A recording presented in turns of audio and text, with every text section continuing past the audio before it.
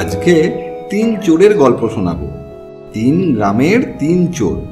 একজনের নাম নাড়ু, একজনের নাম হিরু, একজনের নাম বীরু। 3 চোরই ছিল ভীষণ ভুলবাজ। 3 জনেই ভাবতো কে কাকে বেশি টেক্কা দিতে পারে। আসুন দেখে নেওয়া যাক 3 চোরের মজার গল্প।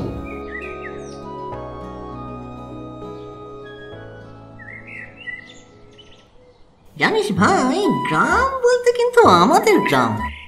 ও ভাই, কিলোগ্রাম মিলিগ্রাম ইনস্টাগ্রামেরও নাম শুনেছি। আমাগো গ্রাম বলে তো কিছু কখনো শুনি নাই। আরে গ্রাম বলতে আমি যে গ্রামে থাকি সেই গ্রামের কথা বলছি। কেন ভাই, তোমাগো গ্রামে কি এমন আছে শুনি? আরে সেই কথাই তো বলছি। আমাদের গ্রামের মানুষদের কোনো দিন কখনো রোগ হয়নি। ও এই কথা, সে তো আমাগো গ্রামেও কোনো ডাক্তার নাই। কেন রে ভাই, তোদের গ্রামে কি সবাই অশিক্ষিত? আরে না না, ব্যাপারখান তা নয়। গ্রামে সবাই যদি সুস্থ থাকে তাহলে ডাক্তাররা কি করবা? তাই তারা গ্রাম ছেড়ে চলে গেছে সব। ও এই ব্যাপার। কিন্তু ভাই নাড়ু, তুই চুপ কেন? কিছু বলছিস না যে? কি আর বলবো ভাই, তোদের কথাই শুনছিলাম। তোমাগো গ্রামে কি সবাই রোগী নাকি? এই দেখ, এই আমাদের গ্রাম। তোরা নিজের চোখেই দেখে নে, আমাদের গ্রামে রোগীও নেই আর ডাক্তারও নেই।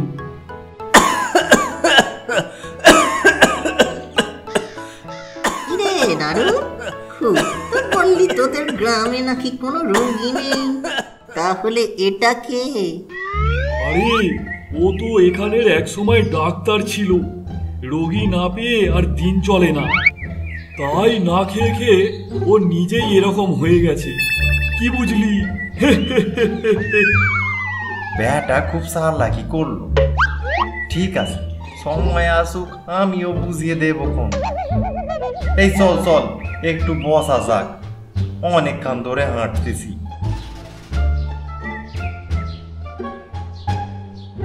জানোস ভাই, আমাগো দাদুর একখান সবজির বাগান ছিল। সেই বাগানে এক একটা কপি হতো।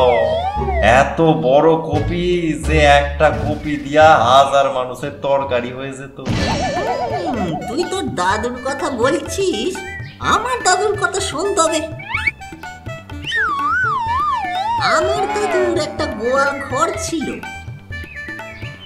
এত বড় আর এতই বড়, একদিকের গেট দিয়ে বাছুর ঢুকে অন্য গেট দিয়ে বেরোলে গরু হয়ে বেরোতো, বুঝলি?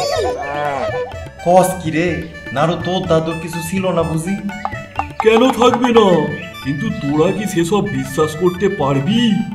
আলবাত পারবো, তুই বল। তবে শোন, আমার দাদুর একটা মস্ত কড়াই ছিল, যেখানে প্রতিদিন 10,000 লোকের রান্না হতো। কস কি, তোর দাদু এত সবজি পেতো কোথায়? কেন, তোর দাদুর থেকে 10টা কপি কিনলেই তো হয়ে যেত। কেমন হলো? আরে শোন, এখনো শেষ হয়নি। আমার মামা দাদুর একটা রোগ ছিল, রাতে চাঁদ না দেখলে ঘুম হতো না। একদিন রাতে আকাশ মেঘে ঢেকে যায়, দাদু চাঁদ দেখতে পায়নি। তাহলে কি সেদিন তো দাদু আর ঘুমোলো না?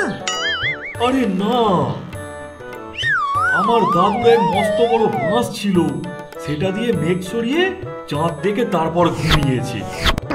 হ্যাঁ, কস কি, এত বড় বাঁশ তোর দাদু রাখতো কোথায়? কেন, হিরুর দাদুর গোয়াল ঘরে। কেমন লাগলো হিরু? নে, ঢের হয়েছে, এবার চল দেখি। সবাই ওঠ, রাতে চুরি করতে বেরোতে হবে তো। তোর জোর করে গিয়ে চল। হ চল চল।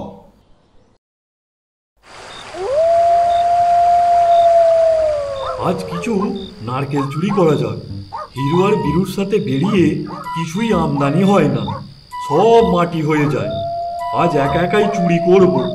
জয় মা কালী।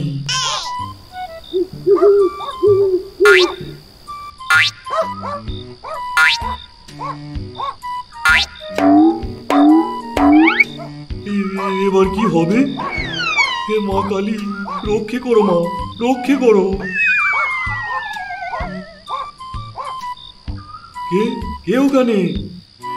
এই রে, কেউ নিশ্চয়ই দেখে ফেলেছে। পালাই বাবা। এই এই থাম থাম থাম বলছি। কে তুমি? আমি নাড়ু। তুমি কে? ভাই নাড়ু তুই? আমি হিরু রে। কিন্তু তুই এখানে ঝুলছিস কেন? ভাই হিরু, ভাই বাঁচা ভাই, নারকেল চুরি করতে গিয়ে ফেঁসে গেছি। এই মকা, একটা বড় দম মেরে নিতে হবে। বলছি বাঁচাতে পারি, কিন্তু একটা শর্ত আছে। সব শর্তে রাজি ভাই, তুই আগে আমাকে এখান থেকে নামা। আমাকে 500 টাকা দিতে হবে। রাজি? হ্যাঁ হ্যাঁ, আমি খুব রাজি।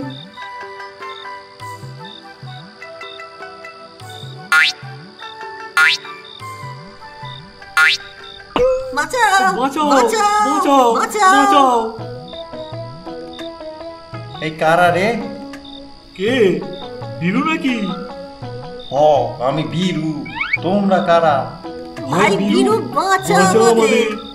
সকাল থেকে কিছু আমদানি হয়নি, এই মৌকায় কিছু হাতিয়ে নিতে হবে।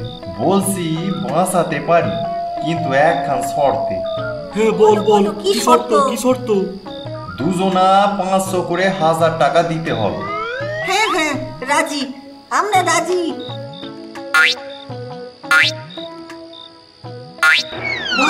বাঁচাও। বাঁচাও। ভালোই হয়েছে, এবার আমার পালা। এবার শোন তোরা আমার শর্ত। তোর আবার কি শর্ত? তোরা দুজনে 1000 টাকা করে 2000 টাকা দিবি, না হলে আমি হাত ছেড়ে দেব। রাজি? এ তো ভারী বিপদ হলো। ও ভাই, আমরা তো তোর বন্ধু নাকি, এরম করে টাকা নিবি? এতক্ষণ মাথায় ছিল না তোদের? আমিও তোদের বন্ধু, তখন তো খুব টাকা নিচ্ছিলি। এবারের মতো ছেড়ে দে। ছেড়ে দেব? হ্যাঁ ভাই, এবারের এবারের মতো মতো ছেড়ে দে। ছেড়ে দে। ভালো করে ভেবে দেখ, পরে আমাকে দোষ দিতে পারবি না। না না ভাই, ভাই, দেবো দেবো না, না। দেবো না, ছেড়ে ছেড়ে দে, ছেড়ে দে। দিলাম তাহলে, হ্যাঁ, হ্যাঁ, ছেড়ে দে। তবে এই নে।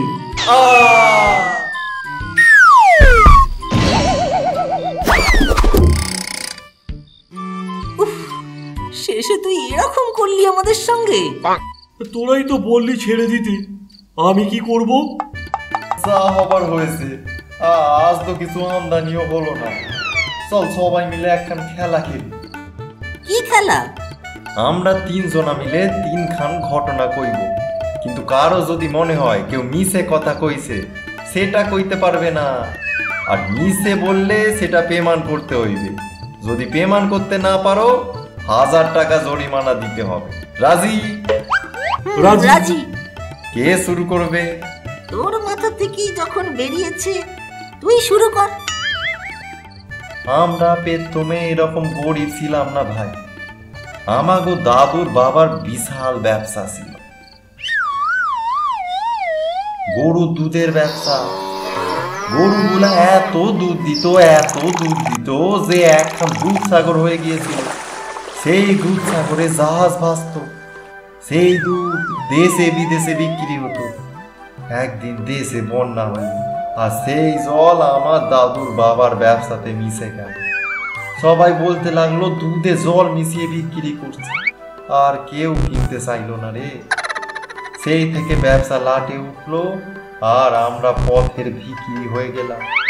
আর আজ আমি চুরি করে খাই, বুঝলি? বুঝলাম। এবার আমার ঘটনা শোন। আমার দাদুর বাবার বিশাল পোল্ট্রি ফার্ম ছিল। সেই মুরগিগুলো এত ডিম দিত, এত ডিম দিত যে ডিমের পাহাড় হয়ে গিয়েছিল।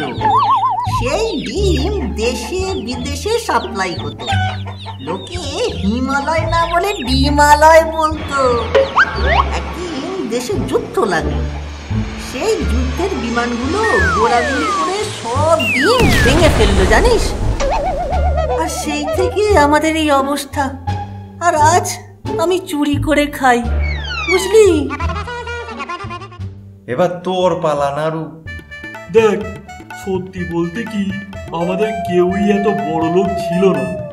তবে তোর দাদুর বাবার আর তোর দাদুর বাবার যখন ব্যবসা লাটে উঠলো, তখন আমার দাদুর বাবার কাছ থেকে 1000 টাকা করে ধার নিয়েছিল আর বলেছিল আমরা যদি না টাকা ফেরত দিতে পারি তাহলে আমাদের নাতির ছেলের কাছ থেকে যেন নিয়ে নেয়। এবার তোরা সেই টাকা ফেরত দিয়ে পূর্বপুরুষদের ঋণ মুক্ত কর।